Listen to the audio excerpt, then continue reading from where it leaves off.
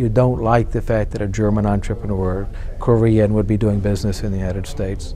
If people don't let their employees are unhappy, I'm sure their employees will quit.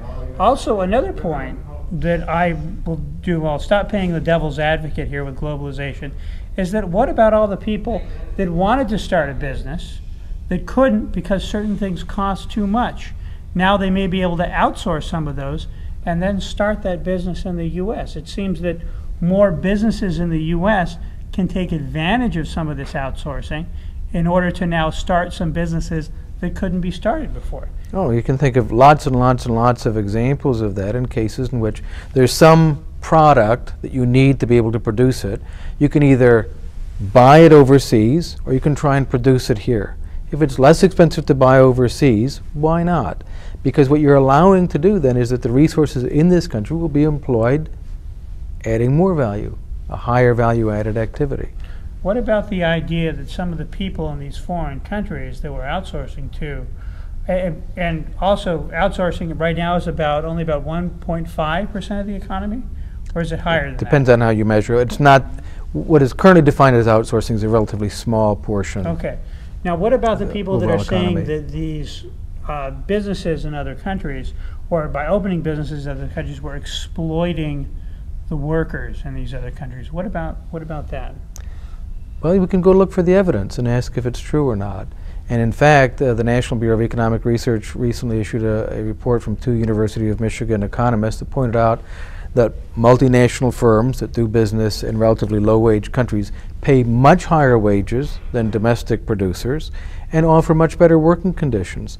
Now, for American... On the average.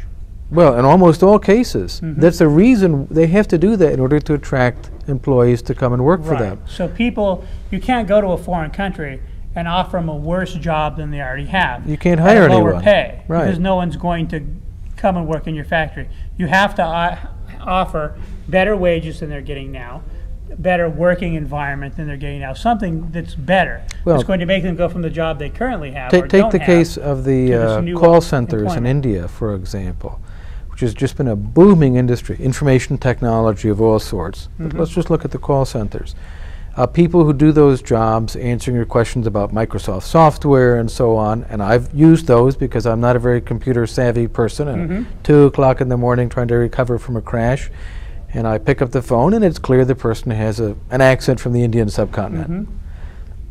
Those people are paid much more money than they were getting in previous jobs, and they have a lot of advantages like air conditioning. Well, we take that for granted. Well, of course you get air conditioning. Believe me, in India, air conditioning is a luxury, and it's very hot in many of those cities. People like that. The working conditions are much better than they would be getting in the alternative employment where American and European firms not setting up those call centers. So this is a case in which the American firms doing business abroad have raised the standards in every regard. Standards of living, pay, and also, very importantly, how workers are treated.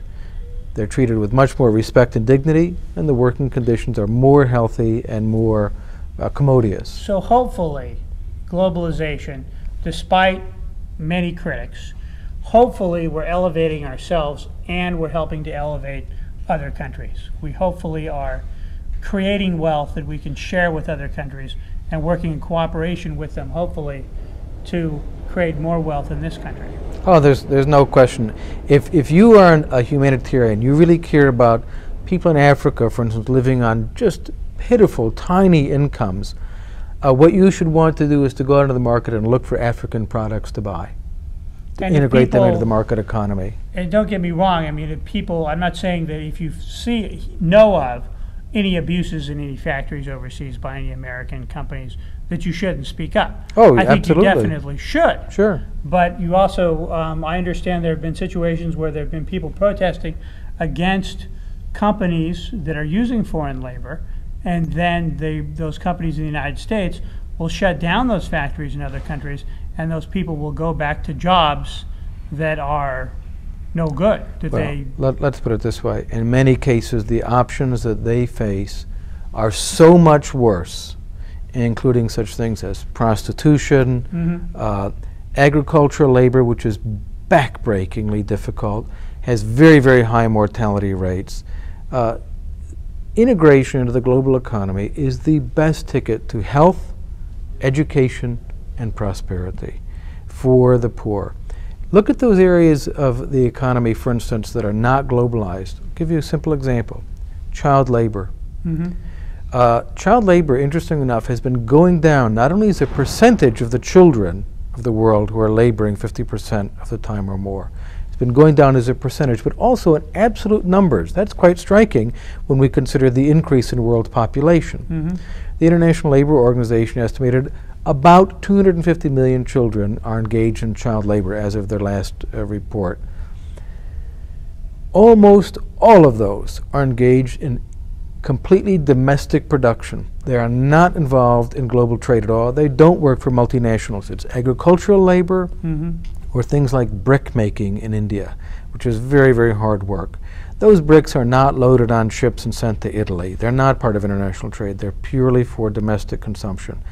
What international trade offers is the opportunity for their parents to earn enough money that their children won't have to work to be able to put enough food on the table to feed them. If done right, globalization can help improve conditions for other people and eliminate some child labor in other countries. It is eliminating child labor as we speak right now. It's effectively disappearing. Good. Okay, and we also see that sometimes we're a little bit spoiled in this country, and we hear other people working for less wages in other countries, and we're not taking into account that that's still more than they were getting before, and we can't immediately move from extremely low salary to people living at the same level of economy we are here in the United States. What determines the wages of labor is the ratio of capital to labor. That is to say, if you put it very simply, the reason why a farmer in Iowa is so much richer than a farmer in Pakistan is not because he's smarter or works harder. Those Pakistani farmers are very smart and they work very, very hard. Probably work much harder than the US farmer. The reason is that he has a lot of capital. He has fertilizer, he has a giant combine, he has tractors and silos, so that an hour of his labor can produce a huge amount of food. Right. Whereas that same farmer, if you said, here's a stick and a bag of seeds, isn't going to produce a lot of food. It's the capital. If you want people to have higher wages, what you want is more capital investment so that their labor is more productive. That's a process that takes time.